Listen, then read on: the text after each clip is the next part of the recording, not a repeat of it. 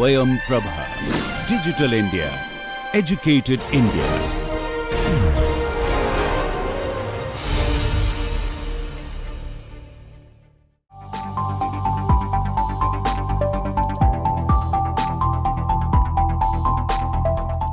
So we were talking about various kinds of biopolymers. If you recall, we talked about cellulose from wood and sugarcane bagasse.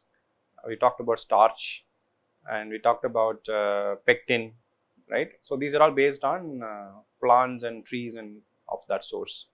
There is another large resource from which we can also get biopolymer, that's marine sources. So that's the context of today's lecture.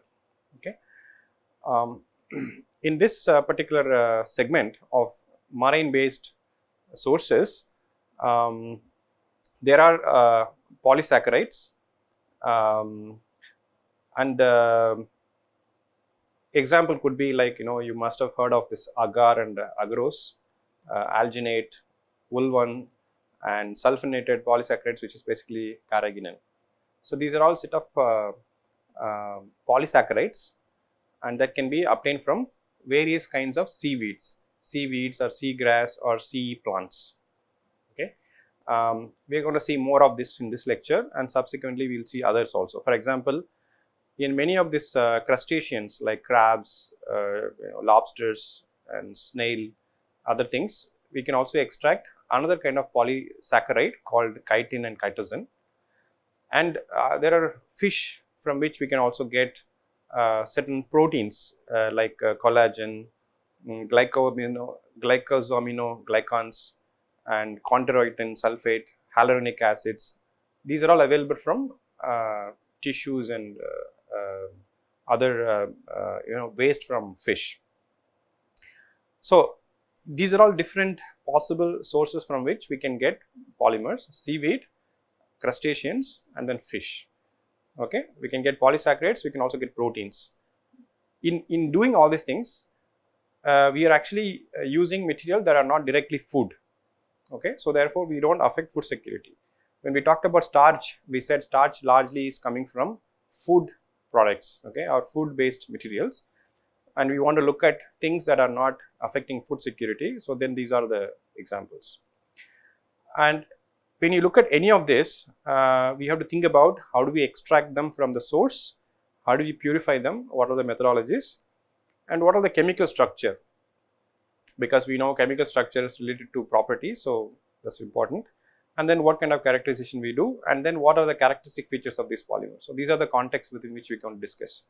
So in this lecture, I will be talking about mostly the first aspect. In subsequent lectures, we will see other things also.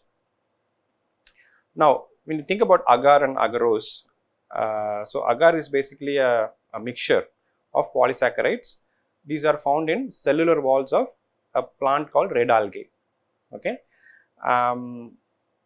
If you remember, when we talked about pectin also said as a mixture of polysaccharides obtained in the found in the cell walls of plants and fruit peels, right? Similarly here, agar is a mixture of polysaccharides mostly found in the cellular walls of red algae. Okay, it's grown in ocean, and these red algae are actually called this agoraphytes, and they belong to a class called rhodophyta. Okay, so those are biological terminologies, if you like. And within this, there are a couple of members or family within this red algae groups, that is Gelidiciaceae and then Gracilariaceae. So these are the specific families within that group that are very abundant, contain abundant agar in this. Agar and agarose, these are very important because they can form gel at a very low concentrations. We saw pectin can also form gel, right? So similarly, agar and agarose are very hydrophilic polymer. They absorb a lot of moisture and they can make gel at a very low concentration. Okay, so generally, if you want to make gel, you have to really go to very high weight fractions or weight ratios to go to a gelling conditions. But a polymer which is highly hygroscopic, hydrophilic, can only form gel at a very low concentration, and agar and agarose are one such, and they become solid at room temperature. You can actually make them into a powder form. Okay, and compared to other polymers drawn from algae, agar and agarose are the highly explored material, well known. I mean, pretty much we know everything about the chemistry, extraction methodology, and other things, and that can be witnessed by looking at the level of application that they enter in. Agar is applied in medium for bacteriological studies, microbial studies. They also use as an appetite suppressant, thickener like pectin. Agar is also used as a thickener for soup. It's an edible material, so it can be used as a fruit preservatives. It actually improves the shelf life of fruit when you coat them with agar, and also it's added into ice creams to improve texture and viscosity and rheological characteristics. In the brewery industry, agar is used as a clarifying agent. So clarifying agent means that anything that is dissolved and you want to purify, you basically mix. Let's say if you want to brew beer and then you want to purify beer, you actually add this agar, and then you stir it, and agar will capture all the impurities and unwanted species, and it will sediment. Okay, so it's used as a clarifying agent, and then also used as a salt bridges in electrochemistry. So in electrochemistry, you had a cathode and anode, and you want to have a transport of ionic species without short circuiting. So you need a salt bridge, and that can be also done through films of or gels of agar. Okay, so you can see in the range of applications very broad. That's what I said, that this is a much more explored polymer than the other.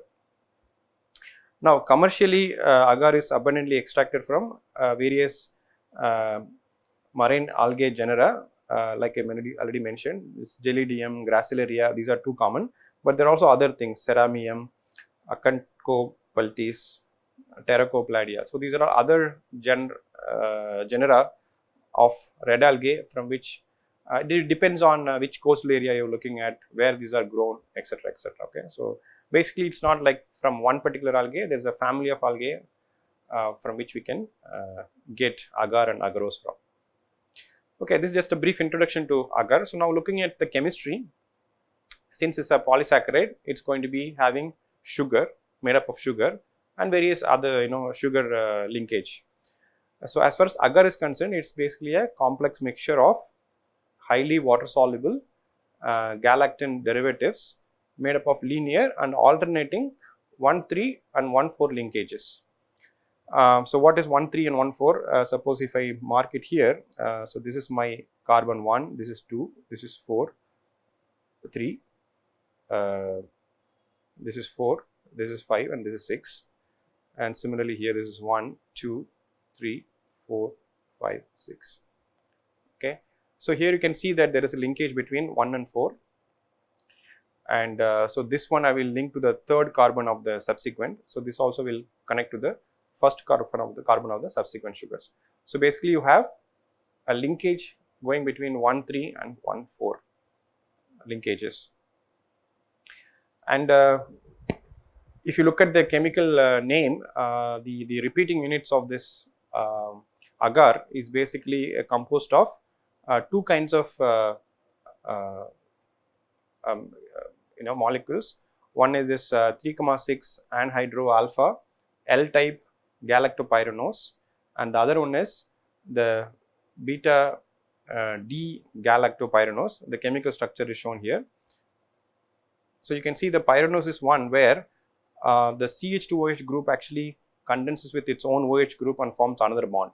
So that's a characteristic of a pyranose unit. So what I'm saying is here, so here you have the CH2OH, right? So imagine that you have another OH here. So this kind of the OH here, and this condenses and you get an additional bond here. So that's the difference between a pyranose unit. If you look at the cellulose, starch, pectin, they all have the same kind of sugar units. It's all about what is the linkage, what are the functional groups, and what are the the L type, D type. Those are the things, okay, that you have to be careful with. Otherwise, these are all polysaccharide, all built from the sugar molecules, sugar-like molecules. Okay, so that is about agar. What's the difference between agar and agarose? Well, agarose is basically a purified form of agar. Okay, so agar can contain other kinds of impurities. So if you purify agar, you get agarose. And so in fact the structure I showed here is actually a purified form of agar, which is basically agarose. Okay, so the repugnant is the same thing. And the D lactose and L lactose, that is these two units, you can either form a partial methylation. So if you methylated the side groups, you can also change the properties of them. So like for example, in pectin also we talked about low methoxy and high methoxy pectin.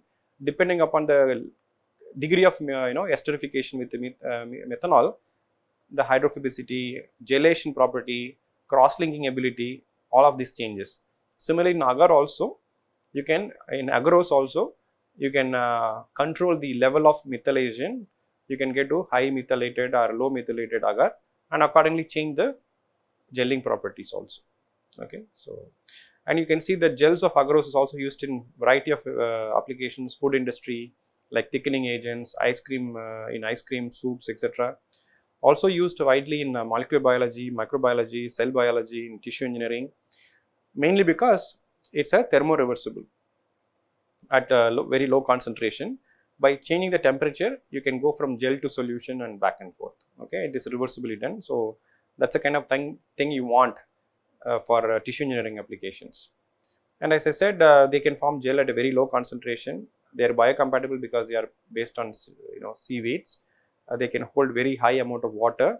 They can degrade, because the sugar molecule can hydrolyze eventually, and you don't have any toxicity issues either. So highly useful for low cost, biocompatible, any gelling application. So now if you think about extraction, so this schematic kind of tells you a common methodology of extraction. So what you see here, this is an example of seaweed. Okay, so if you have walked around the beach in Marina Beach or Elliot Beach, you could have seen this kind of grassy plants in the shores. Okay, it's easy to find them, and you see them sometimes they are red in color, sometimes they are green, sometimes they are brown also. Okay, these basically depends on which family of algae they are. Okay, so if you want to collect algae, you just walk to your beach and you should be able to collect these. Okay, so if you to get the agar and agarose from these seaweeds, so first thing is to kind of cut them into small pieces, and then make sure you wash them enough with water so that sand, other impurities gets washed away, right? Excess salt, sand, other impurities will go away, and then it is actually dried in an oven over 100 degrees Celsius over 24 hours. Okay, so you basically make a very dried leafy dried material. So then what you do, the first thing we do is to treat them with an alkali solution like 6% NaOH.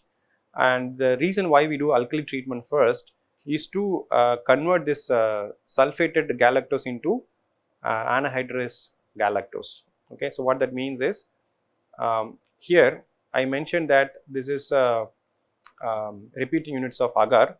So this one will have actually a sulfated functional groups, and by treating with alkali you can remove that and make it into a galactose form. So the sulfonation is basically removed during the alkali treatment. After that, it is actually neutralized with acid to remove excess NaOH, and then washed with distilled water over 100 degrees Celsius over 2-3 hours. And then what happens is that once you have it, you can also optionally bleach it, because as I said, the red color, brown color, if you want to remove that color, you can also do a bleaching as an additional option. And then if you continue to stir at hot water, long conditions, the soluble agar will come to the solution. You can filter it. Once you filter, all the debris will be retained in the filter, nylon filter. The filtrate will have dissolved polymer. Okay, so now this alkali treatment and boiling in hot water, these are important to release the polymer, agar polymer from the cell wall matrix into water. So finally, you have basically aqueous polymer solution. Okay. So then what you can do is, if you cool it to room temperature over 24 hours Celsius, you can actually convert them into a gel, because typically the concentration is high enough to form gel at room temperature. And then what you need to do is to convert them into a powder form, you need to remove this water from the gel. Okay. So directly you can do something called freeze drying, or else you can do repeated freezing thaw experiment multiple times to remove slowly, and then wash with ethanol or any alcohol, and then you dry it in oven, and then you can grind it into small powder. Finally what you get is a solid powder that contains this galactopyranose unit. Okay. So you can see this is a very simple procedure. You don't need a very fancy equipment for this. All you need is a oven to heat, you need sodium hydroxide, you need some bleaching agents, and then some filtration to remove this, and then again oven, fridge, very simple thing one can extract. So final product would be a agar powder. Okay. So now if you want to get agarose, agarose, as I said, is a purified form of agar. So here there are different kinds of purification method. One is to use something called polyethylene glycol. The polyethylene glycol will actually remove all the unwanted other impurities, and or you can do this is, I think, diethyl amino ethoxy cellulose, functionalized cellulose, chromography based, or a combination of these two. Okay. So these are used to create agarose from agar. So in this process, you start with the agar as a powder, and it's actually mixed with a PEG solution, polyethylene glycol solution, with some salt. Okay. So once you mix this all and then centrifuge it, and then you'll get a precipitate, and the precipitate is actually washed with PEG and NaCl, and then repeated washing with ethanol salt solution will get you agar and this agarose. And then agarose can be again put it in oven, dry it over 60 degrees Celsius 24 hours, then you get a powder agarose. So the difference between agarose and agar is that agarose is a much more pure form of removal of, after removing all the unwanted other mixtures. So that's the purification step. So whether you make agar or agarose, again you have to follow a particular set of characterization methodologies to be able to understand whether what we have got is a right polymer or not. The standard method, we have discussed this long time back, that we do FTIR to be able to find what are the functional groups in the backbone and the side groups. As we know that each chemical groups and bonds have a particular vibration frequency in IR, and by looking at the fingerprints and matching with standard, you can know whether the backbone has a sugar units, CO bond or OH bond, methyl group how much, sulfate group how much, all that you can get. Or you can also do something called carbon NMR, that will also C13 NMR can also tell you about the chemical structure. And the polymer that you get can be of different molecular weights. It depends on how you extract it, what are the sources, and the processing conditions. Okay, so in any case, we need to find the molecular weight, and you can do what is called this gel permeation chromatography, and through which molecular weight can be obtained. In this agar and agarose case, we also wanted to find out this how much of this is the 3,6 hydrogalactonose, and because this kind of controls the helical conformation in the polymer, and depending upon how much of this compound is there, the gelation ability is also proportional. So that you want to quantify by colorimetric method what is the percentage of 3,6 anhydrogalactose content in this purified polymer. And we also want to find the sulfate, because I remember the initial one had a sulfate, and then we alkali treated to convert them into a galactose. This conversion may not be 100%. There can be still some residual sulfate. So you want to also quantify how much sulfate groups are there in the polymer, so that you can do something called this ICP-MS, or inductively coupled plasma technique with which we can find how much sulfate is there. So these are standard techniques. Whichever algae you take, whichever process you do, end of the day you have to process your polymer, you have to characterize the polymer, quantify molecular weight, the sulfate contents, the chemical structure, everything.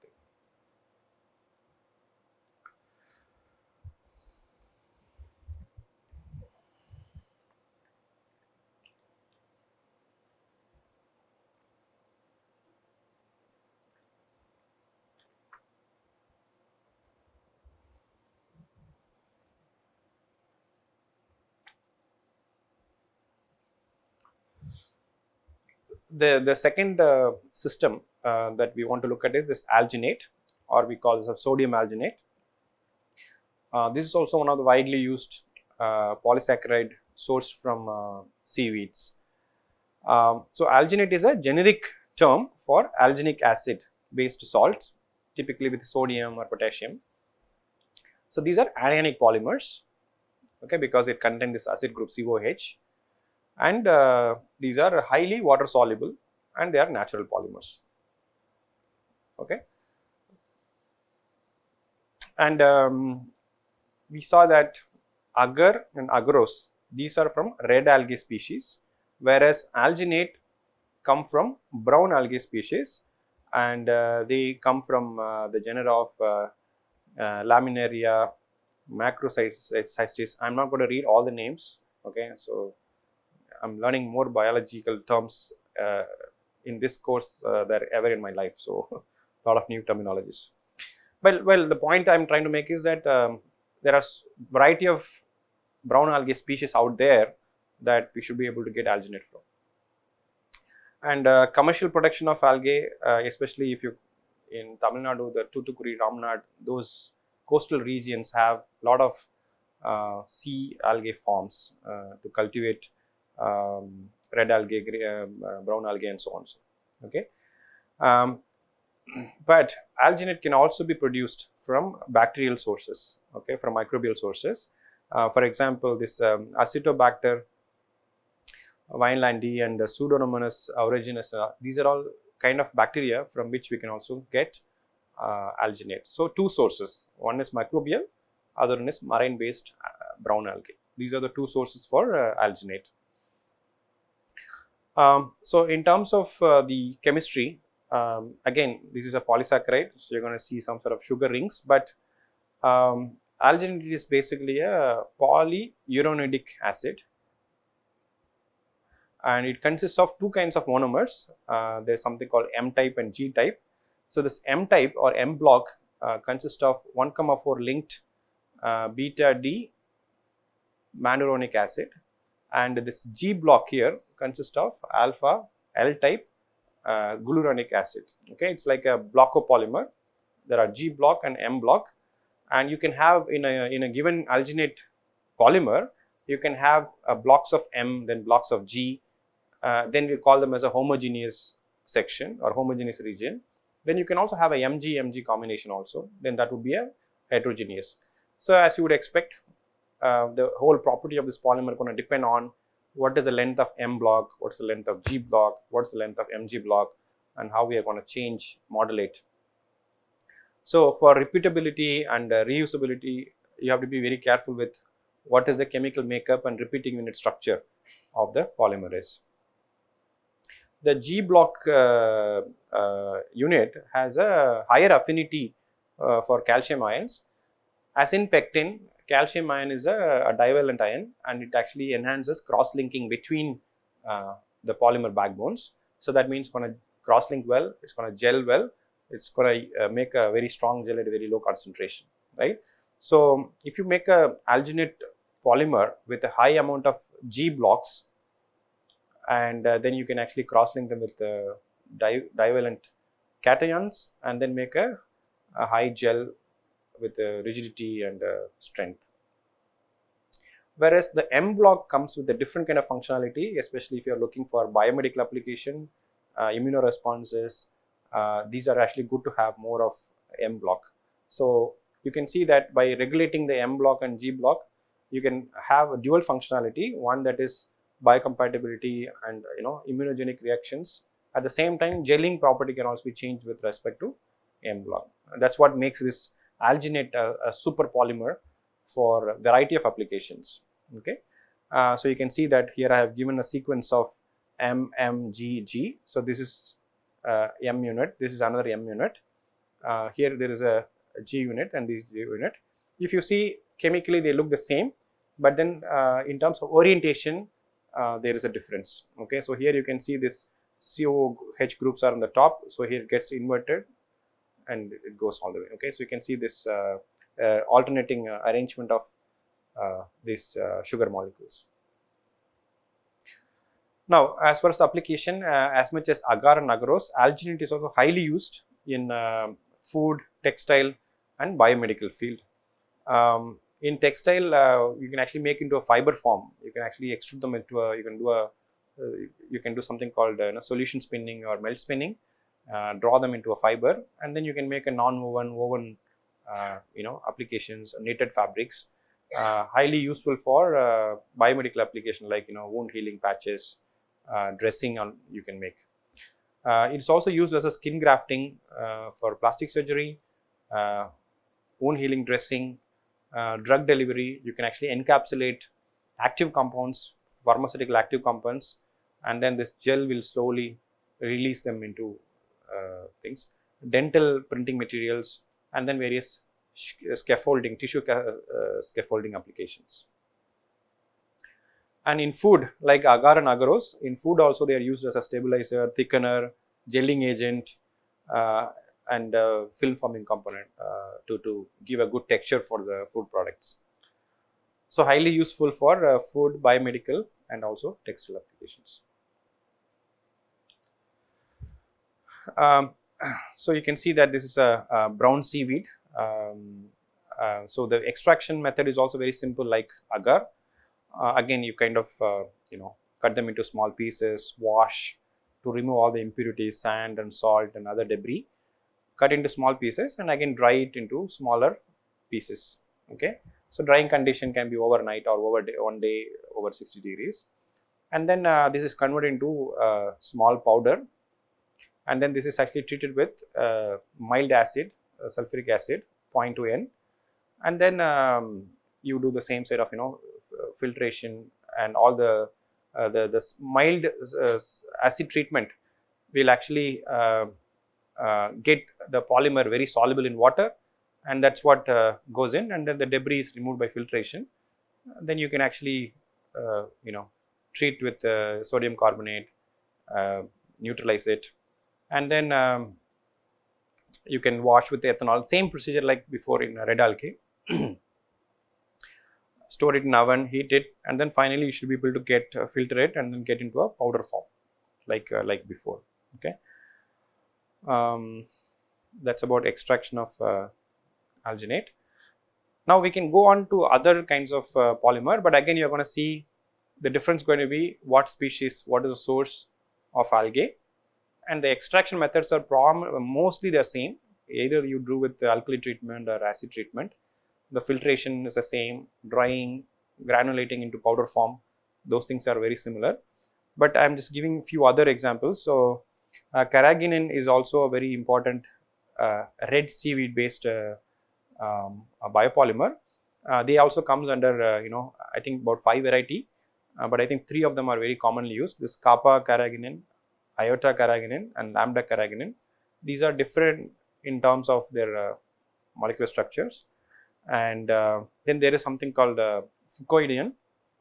It's obtained from type of brown seaweeds. Again, the family of seaweeds can be obtained from literature, and you can see the color is very brownish here.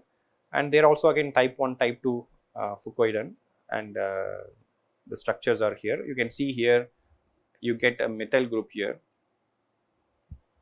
Okay, but here you have this kind of sulfonated groups. Okay, so the basic backbone unit is the same. This functional, the side groups, whether they are ionic or not, whether they are methylated or not, that's what makes a difference. Then there is something called a green sea lettuce. The species name is called Ulva lactuca, and You can also get, this is an upcoming polymer, not much research has been done here. So you can look at this ulva as a green sea lettuce from which this ulva polymer is purified, and it has a very complex structure. It has glucuronic acid, rhamnose sulfate, iduronic acid. There comes under 2 different kinds of structures. Okay, and again there are, again if you look at literature, you will see a lot more similar polysaccharides from various seaweeds. So now what it means to us in terms of bioplastic, well, it seems mostly the applications are already there, predominantly for food applications as a gelling agent in fruits, jam, ice cream, soup, and etc. Mainly as a rheology modifier or a thickener. But there is also a possibility of converting it into film and use it for packaging application, for example, food packaging, because it's coming from a natural source, and if it comes to in direct contact with food, it's not going to cause any issue. So there's a lot of work being done on agar based, not only agar based, various other carrageenan and alginate based films. You will see plethora of review articles on food packaging applications using this one. So I think we can't possibly enumerate all the possibilities here. So I will leave it to you these kind of reviews from which you can see what are the formulations, recipes with which people have made edible films for food applications, food packaging applications using these polymers. This is another paper. What they have done is they looked at all the paper that is done based on agar, not just agar alone. Agar is mixed with various other things. It could be mixed with, let's say, cellulose, pectin, starch, or other polymers like chitosan, chitin, or it could be added into some sort of filler, cellulose nanocrystals or nanoparticles, silver nanoparticles, or it's added with some plasticizers like sorbitol, glycerol. So there are so many formulations one can make depending upon what is the need.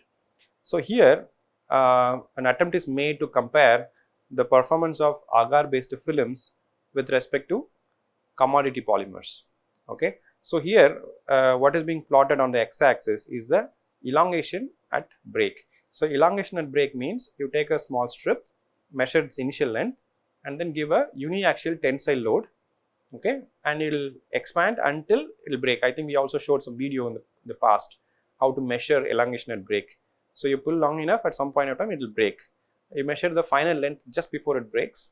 So the ratio of the maximum length it achieved before it broke versus the initial length, that gives you what percentage it has elongated.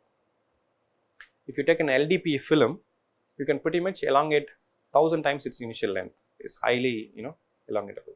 Whereas other films like pectin and these are very brittle polymers, so they'll break within 2x or 3x, right? Then the y-axis we have tensile strength. So how much stress, stress it can actually hold. It's important for what kind of application you're going to look for. It's given in the units of megapascal. So if you see the LDPE or polyethylene in general, they basically are on the right hand side of the corner. That means they have very high elongation, or also they have very high tensile strength. Okay, so that's what they offer. And then there are a set of polymers here which has a very high strength but a very low elongation at break. That means they are actually brittle. Okay, now agar basically has this sort of domain. These are all not pure agar films. These are all agar films that are reinforced with the fillers, plasticizers, other polymers. Okay, so and here they see that there's one point here somewhere where the performance of agar film is comparable to that of ABS polymer. Okay, and then if you look at here, you have this one. I think this must be the TP8. This must be thermo. Okay, I don't know what TP8 is. So basically, our agar polymer is mostly in the lower end. That means they have low elongation at break and they have very low tensile strengths. So as far as food application is concerned, you don't need a very high strength. You're not going to carry anything, you're going to only wrap food with it, so you don't need a lot of tensile strength. So that's why agar or any seaweed based polymers are more useful for food packaging application. Okay, and I like this plot because it kind of compares the performance with respect to strength as well as elongation at break.